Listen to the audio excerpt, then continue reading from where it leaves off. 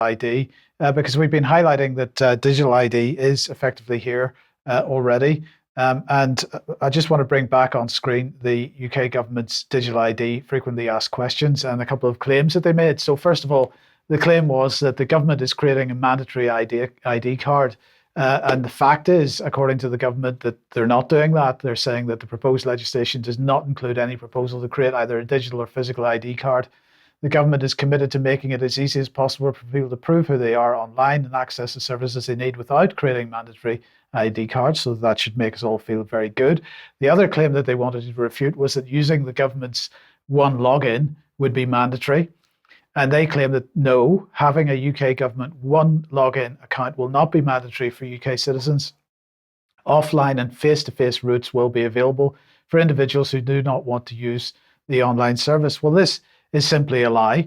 So if we just put that back on screen for a second, the reason that this is simply a lie is because the government has now decided that they are going to provide a face-to-face route, and it's going to be through the post office. But let's have a look at what they actually say. So they're saying the government is currently rolling out gov.uk one login, which allows users to have just one account, one username, one password, and one identity check to use many different government services online. They say these services will include accessing self-assessment tax returns, conducting a DBS check, or applying for pension credit.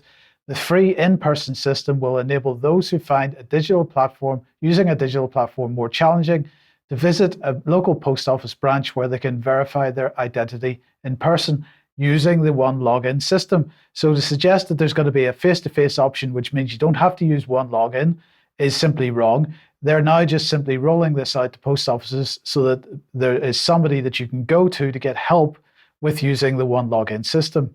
Then the question is the post office appropriate for this? So let's look at one of the other claims the government had wanted to refute, that sharing data in this way will erode my privacy rights. Well, since local post offices tend to have local staff in your local community, potentially people that you know, are you happy to go and get them to help you with your self-assessment tax return or to help you with your pension claim or whatever?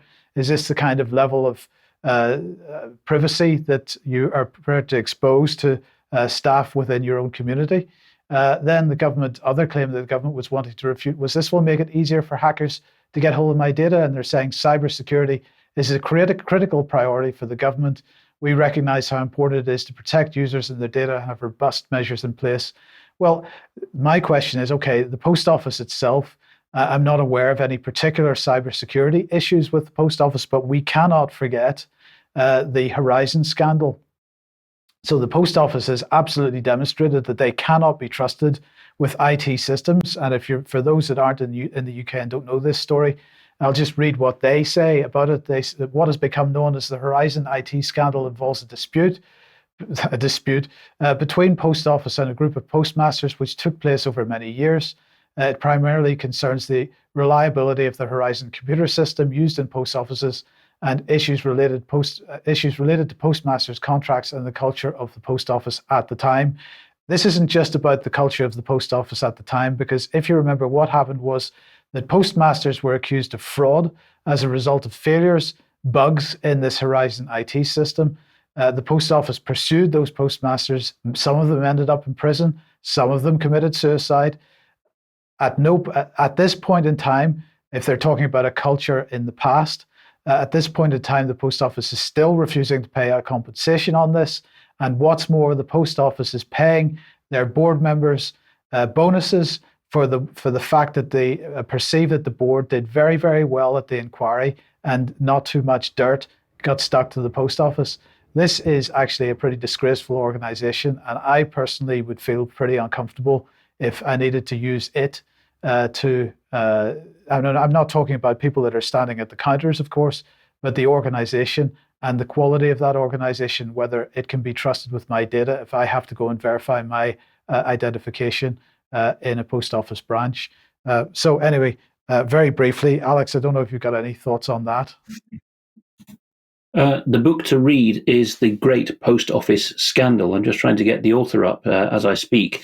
But the thing I got out of reading that book is the complete arrogance of those running the post office with a word often used in the book, but rightly is Victorian their Victorian attitudes, that it's such a privilege for you, corner shop owner, to be a sub-postmaster. We are entrusting you with this stuff, and you're on your own. And the moment our system says you probably defrauded us because our systems are shot through, then we're going to be prosecuting you, and we will expect the magistrates' courts to take our side because we're the establishment. It's called The Great Post Office Scandal by Nick Wallis, Wallis. Yes. Okay, let's